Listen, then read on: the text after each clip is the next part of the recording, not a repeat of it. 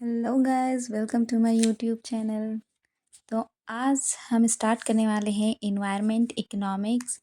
तो हमारा पहला टॉपिक है थ्योरी ऑफ पॉपुलेशन में माल्थस का जनसंख्या सिद्धांत। Population theory of Malthus. Thomas Robert Malthus का जनसंख्या सिद्धांत जनसंख्या में वृद्धि तथा खाद्यान्न आपूर्ति में मध्य संबंध की व्याख्या करता है।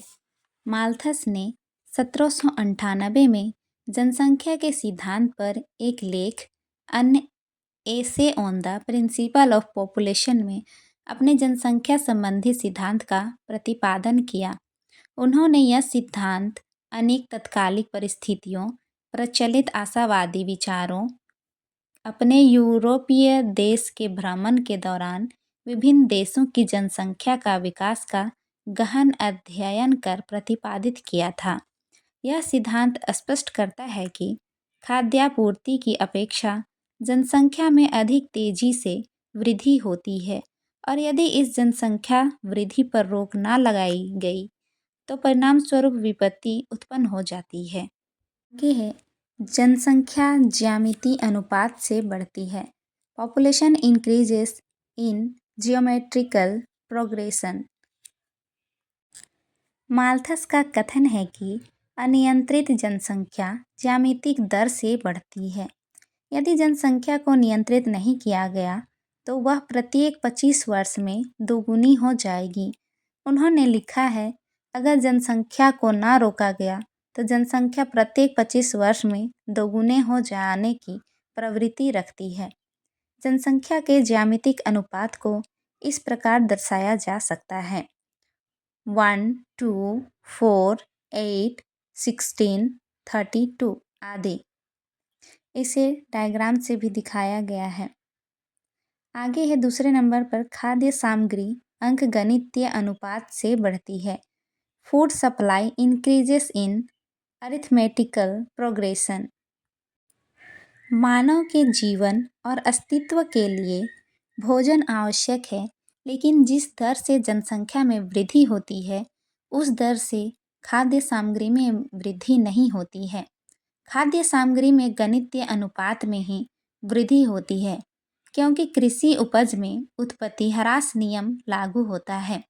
अर्थात जैसे जैसे खेत में फसल उगाने का क्रम बढ़ता जाता है वैसे वैसे कृषि उत्पादन घटता जाता है।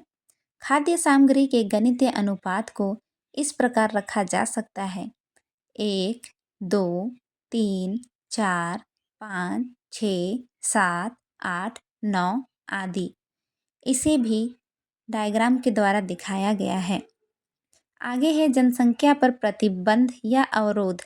माल्थस ने जनसंख्या नियंत्रण के दो प्रकार से प्रतिबंधों का उल्लेख किया है। पहला है नैसर्गिक या प्राकृतिक अवरोध, दूसरा है प्रतिबंधात्मक अवरोध। अब हमें इसे एक एक करके देखेंगे। तो पहला है नैसर्गिक या प्राकृतिक अवरोध, पॉजिटिव और नेचुरल चेक्स। प्रकृति के पास बढ़ती जनसंख्या पर नियंत्रण रखने के अपने तरीके हैं। यह जनसंख्या स्तर को उपलब्ध खाद्य आपूर्ति के स्तर तक ले आती है। सकारात्मक नियंत्रण उपायों में अकाल, भूकंप, बाढ़, महामारी, युद्ध आदि शामिल है। जनसंख्या वृद्धि अनियंत्रित होने पर प्रकृति अपना प्रकोप दिखाती है। दूसरे नंबर पर है निवारक जांच, प्रिवेंटिव चेक्स। देर से विवाह, आत्मसंयम और सादा जीवन जैसे निवारक उपाय जनसंख्या वृद्धि और खाद्य आपूर्ति में संतुलन बनाए रखने में सहायक होते हैं। ये उपाय न केवल जनसंख्या वृद्धि को नियंत्रित करते हैं बल्कि सकारात्मक नियंत्रणों के विनाशकारी प्रभावों को भी रोक सकते हैं। अन्य सिद्धांतों की तरह इस सिद्धांत की भी कुछ आलोचनाएं हैं। माल्थस के सिद्धांत की आलोचना निम्नलिखित टिप्पणियों के आधार पर की गई।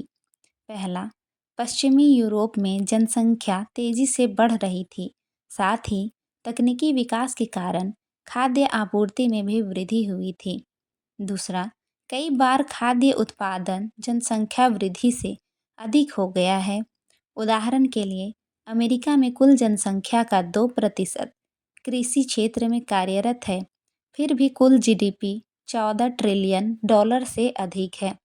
तीसरा, माल्थस के सिद्धांत के अनुसार सीमित खाद्य आपूर्ति का एक कारण भूमि की अनुपलब्धता है। हालांकि वैश्वीकरण में वृद्धि के कारण विभिन्न देशों में खाद्य आपूर्ति की मात्रा में वृद्धि हुई है। चौथा, जनसंख्या की ज्यामितीय वृद्धि और अंकगणितीय वृद्धि के अनुमान माल्थस द्वारा नहीं दिए गए थे। यह कहा गया था कि वृद्धि दर माल्थस के सिद्धांत के अनुरूप नहीं है।